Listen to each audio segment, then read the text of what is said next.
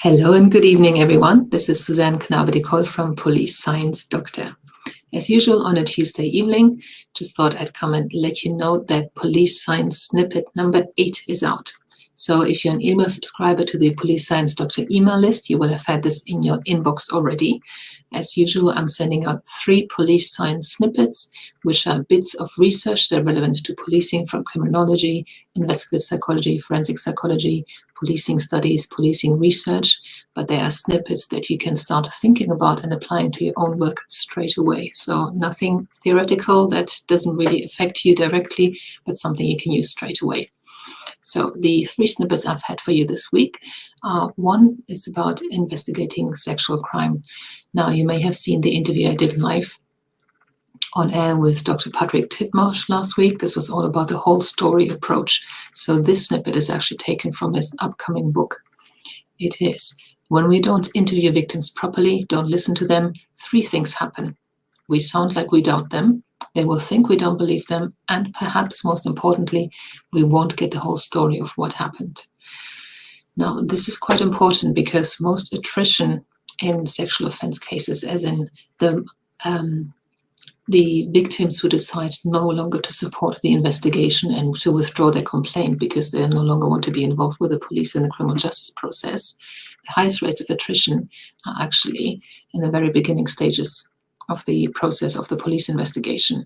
So that is before any charging decisions have been made. So that's not the criminal justice system yet. That is mainly police contact they have at this stage. Now, if we interview them in a way that doesn't convey that we're really listening, then that may have a major impact on the rate of victims dropping off at this point. So this is something to consider, because this is a really important point. I've got the link to the book on Amazon there as well, so you can pre-order if you want. I'm sure it's going to be a really good read. The second point is about racial bias. So this is actually a snippet that was sent to me by a subscriber. Shout out to Chant Dottir. She's doing an MSc Investigative Psychology, MSc Forensic and Investigative Psychology at the University of Wolverhampton. So I'm always keen for people to send me snippets, because there are people who are reading far more articles on a daily basis than I am. And she suggested this one, that in a mock study, in a mock jury study, it was found that when cognitive load is increased for jurors, as in the case is complex, it's not very easy to make a decision, it turns out that the brain actually reverts back to using heuristics or stereotypes. Now, heuristics are mental shortcuts. They're actually good in many situations because they reduce the processing power of the brain, as they reduce how much cognitive load we need to deal with. So it's you take a shortcut, so you maybe jump to a conclusion, or you use some previous experience, so you revert back to stereotypes. Now, they found that people tend to revert back to stereotypes and heuristics more when the cognitive load was increased. So this is quite interesting, because it was found that when there was ambiguous information on the case that was given to the mock jury in this instance, in this study, they were more likely to punish Black suspects or offenders more harshly than white offenders. This was not to be found the case when there was low cognitive load, but with increased cognitive load, that may actually be disadvantageous to Black offenders, possibly because of existing stereotypes. So maybe when you're completely able to focus all your mental resources on the case at hand, you can disregard those stereotypes. And every jury is told to disregard stereotypes, I believe, but it's not something that's easily done. But when we don't have the capacity to actively hold these stereotypes that we may have heard or actually held ourselves back, that is possible that you revert back to stereotypes. So that's quite interesting. And the last one is about police recruitment.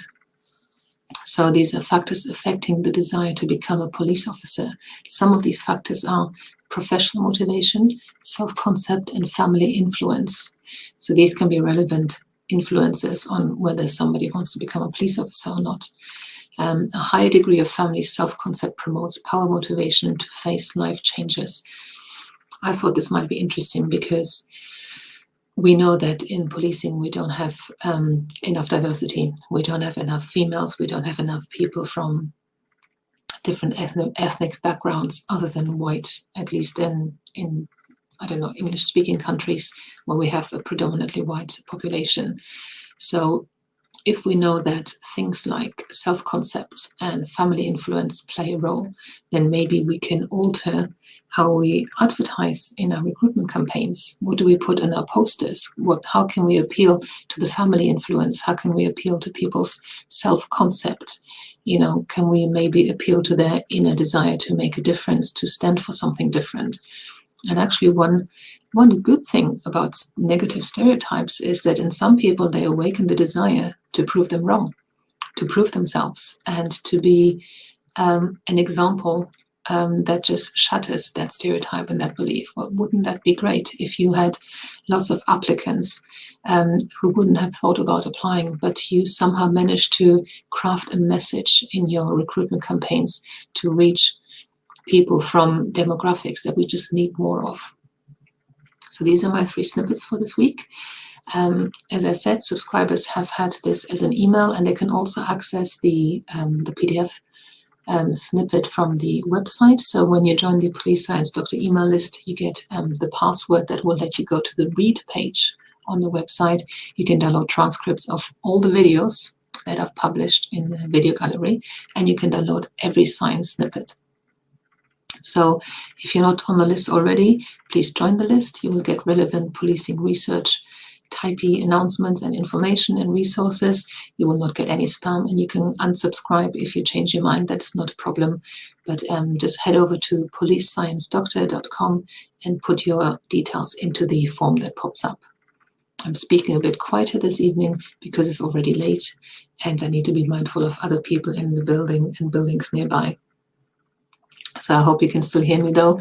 I wish you a very good week, and I'll speak to you soon.